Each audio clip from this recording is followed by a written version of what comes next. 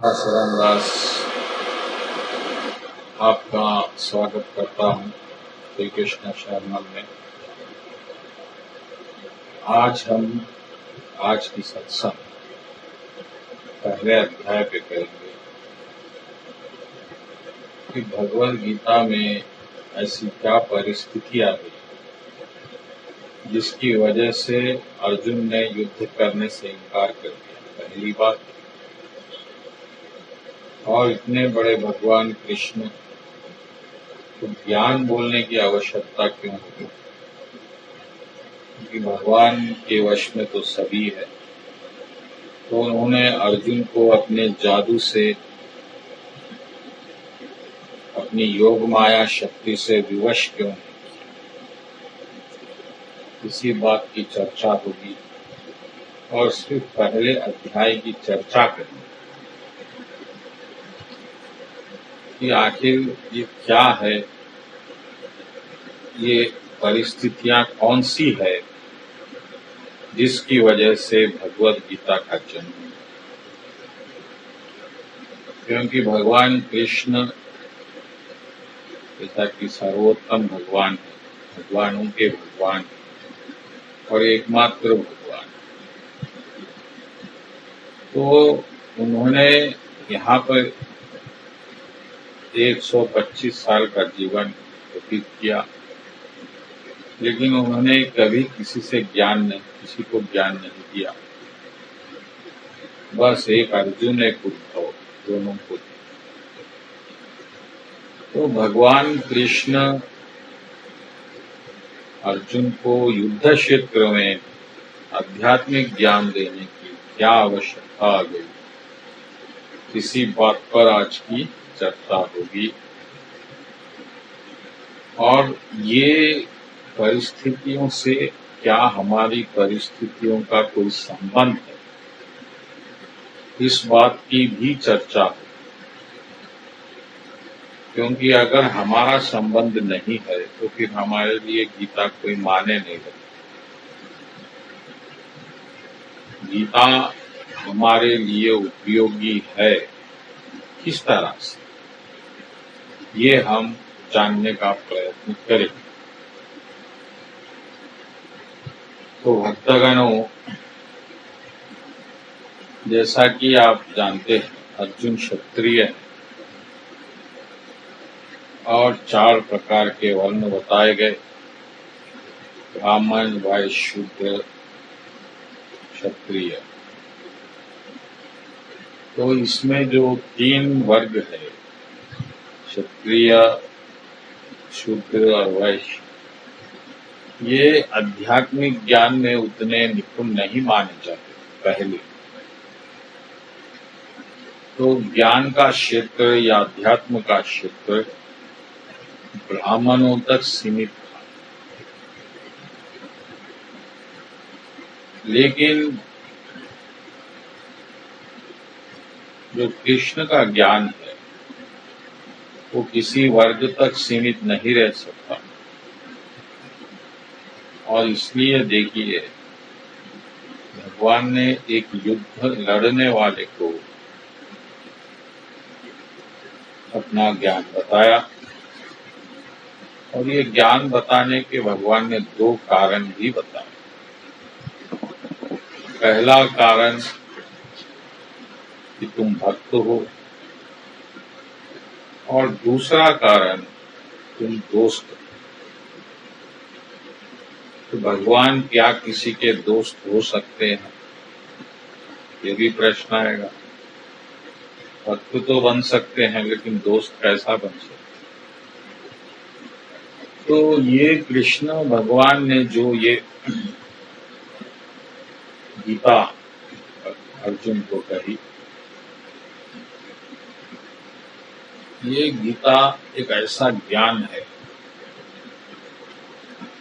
मैं तो कहता हूं कि सब ज्ञान का सार है। वेद कहो, उपनिषद कहो, पुराण कहो, क्या कहो, सब ज्ञानों का सार। और भगवान ने कार्मिक को यानी कर्म करने वाले को ये गीता कही, ना कि किसी ब्राह्मण को। इसकी क्या वजह है, ये भी एक विचारणीय बात है। तो इसकी दो वजह है। पहले ये जो ब्राह्मणों का उत्तराधित्व रहा है ज्ञान, तो बाकी वर्ग बहुत पिछड़ से गए। खास करके बुद्धिज्म आने के बाद शंकराचार्य जी,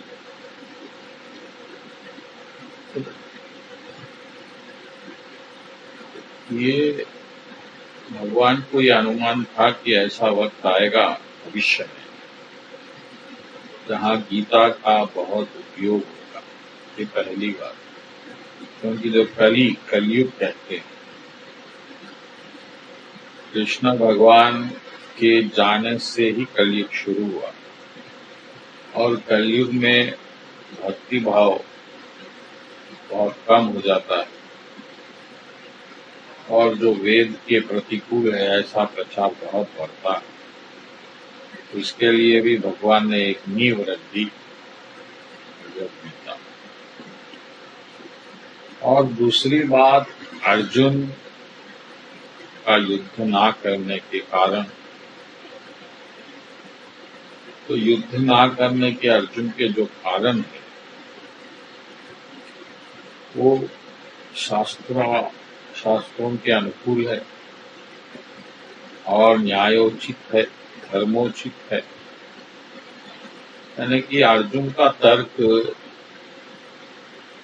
कोई उसकी निजी स्वार्थ भावनाओं के रूपांतरित नहीं है। तर्क के परिपक्व में भी वो आता है। तो अर्जुन की जो परिस्थिति आ गई है ना लड़ने की, पहले इस पे ध्यान देंगे। और यही परिस्थितियां हमारे जीवन में कदम कदम पर आती है, एक बार नहीं। जहां आपके सामने दो स्थितियां होती है कि या तो उसका मुकाबला करें या भाग जाएं, यानी लड़ें या भागें। और अर्जुन की भी यही स्थिति है। अर्जुन युद्ध नहीं करना चाहते, और उसका कारण है अनीति, पाप, मोह। तो एक एक हम चर्चा करेंगे कि पाप। अर्जुन को ये लग रहा है कि अगर उसने मार दिया, हत्याएं की, युद्ध में वध किया, हत्या तो नहीं कर सकता, वध, तो निश्चित ही उसे पाप लगेगा। तो ये जो पाप से बचने की प्रवृत्ति है, यानी एक मानव में पूरा धर्म ही पाप से बचने का मार्ग है। धर्म आपको पाप से बचना सिखाता है। और अगर अर्जुन युद्ध कर रहा है, उसमें अपनों की हत्या हो रही है, तो पाप हो रहा है। और अर्जुन का तर्क है कि जमीन के लिए, भूमि के लिए किसी की हत्या कर देना, वो भी अपने निकटतम बंधुओं की, ये तो बड़ा पाप है।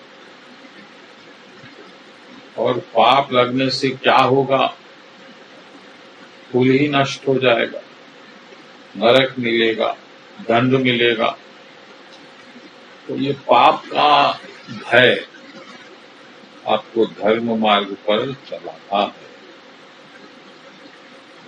अब ये पाप जानते हुए भी अगर आप करेंगे तो निश्चित ही आपको दंड भोगना पड़ेगा।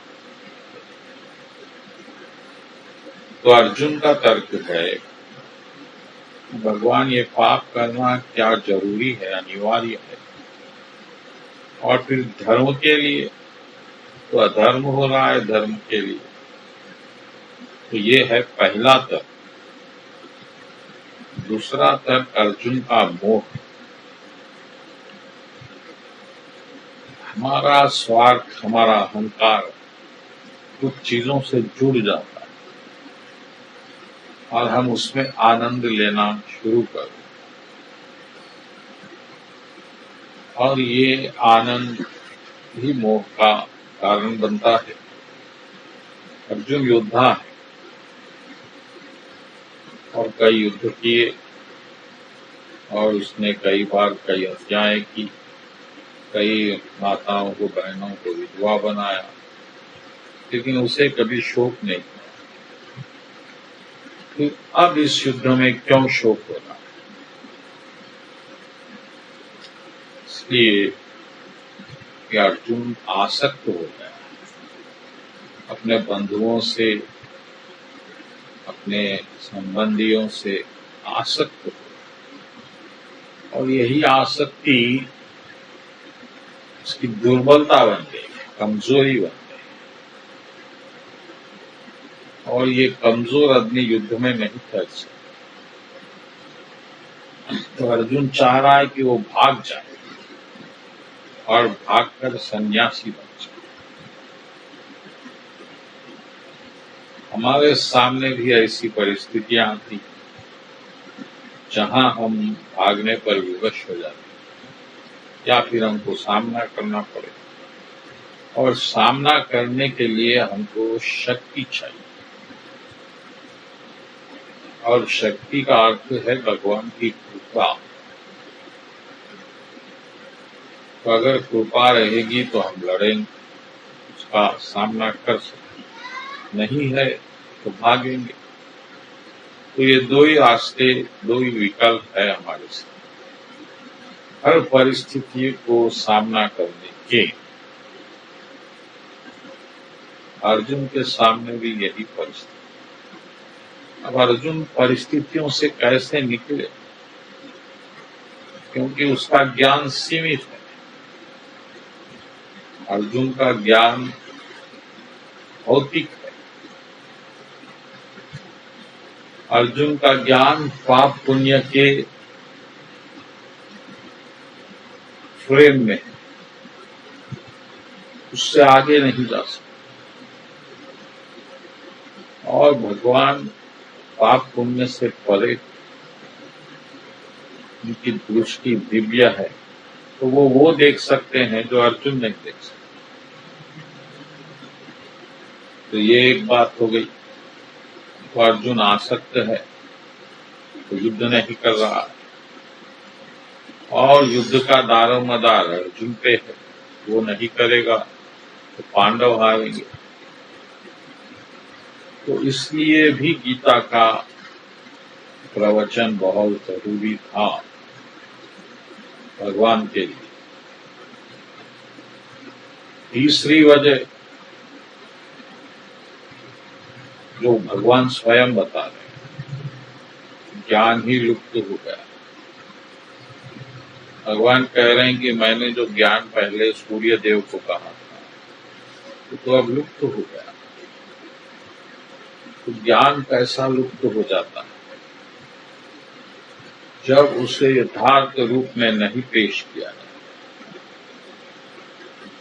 यानी जिस तरह से गौ माता का दूध मां से निकलने पर पवित्र होता है, लेकिन फिर वो घर पहुंचते पहुंचते पानी से भर जाता है, पवित्र। इसी तरह ज्ञान भी परंपरा से आया, लेकिन लुप्त होता, सही ढंग से उसे पेश नहीं किया गया। काल के अधीन कुछ भी हो, कई वजह है। तो भगवान कह रहे हैं कि मैंने ज्ञान सूर्य देव को बताया। तो सूर्य देव को पहले बताया तो सूर्य तो 12,000 अरब साल पुराना, तो कई करोड़ साल पहले भगवान ने, अर्जुन ने सूर्य भगवान को ज्ञान दिया। अब सूर्य भगवान के बाद कई ज्ञान एक के बाद एक राज ऋषियों ने पाया। और एक महत्वपूर्ण बात है भगवान ने कहा कि मैंने ज्ञान राज ऋषियों को दिया, उन्हें जो राजा थे उन्होंने ज्ञान किसी साधु सन्यासी को नहीं दिया। ये भी इस बात का प्रतीक है कि भगवान कृष्ण अध्यात्म ज्ञान को सबके लिए मानते हैं और जब भी उन्होंने क्षत्रिय को ज्ञान दिया अभी भी क्षत्रियों को दे रहे हैं। तो अध्यात्म ज्ञान सिर्फ ब्राह्मणों की संपत्ति नहीं है, इस बात को भी आपको समझना है। ये एक बात हो गई, इसीलिए भी भगवद गीता का जन्म है। और कृष्ण कह रहे हैं कि वो ज्ञान लुप्त हो गया। और आप ध्यान से देखेंगे, समझेंगे, गीता पढ़ेंगे तो भगवान ने जितना ज्ञान है सब गीता में दे। गीता में ये बात नहीं कही गई है ऐसा कोई शब्द नहीं, कोई ज्ञान नहीं। इसीलिए मैं चाहता हूं कि भक्त लोग गीता का अध्ययन करें और उसको समझें। गीता का अध्ययन कैसा हो और कैसा उसको समझना चाहिए, यह भी बड़ी कला है। बहुत लोग जो होते हैं वो गीता का एक श्लोक पढ़ते हैं फिर बीच में से एक श्लोक पढ़ते हैं। इस तरह से गीता आपको समझ में नहीं आएगी।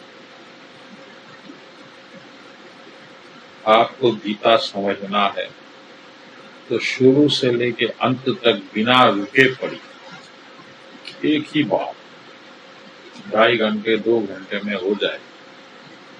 उसका अनुवाद भी पढ़ लेंगे तो ठीक, और तभी आपको समझ में आएगा कि भगवान का क्या उद्देश्य है गीता के पीछे।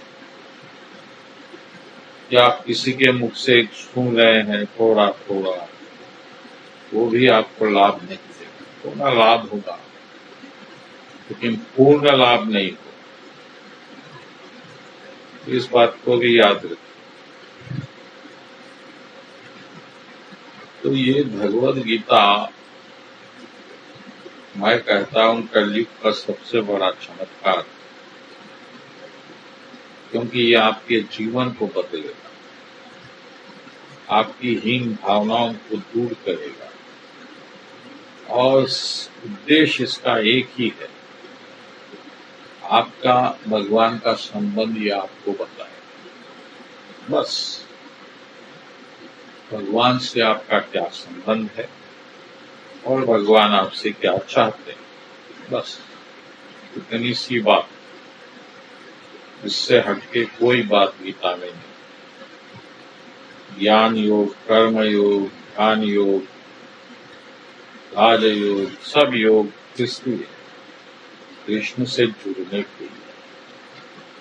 गीता पढ़कर जो कृष्ण का भक्त नहीं बना उसने गीता को नहीं समझा। मैं स्पष्ट रूप से कह रहा हूं।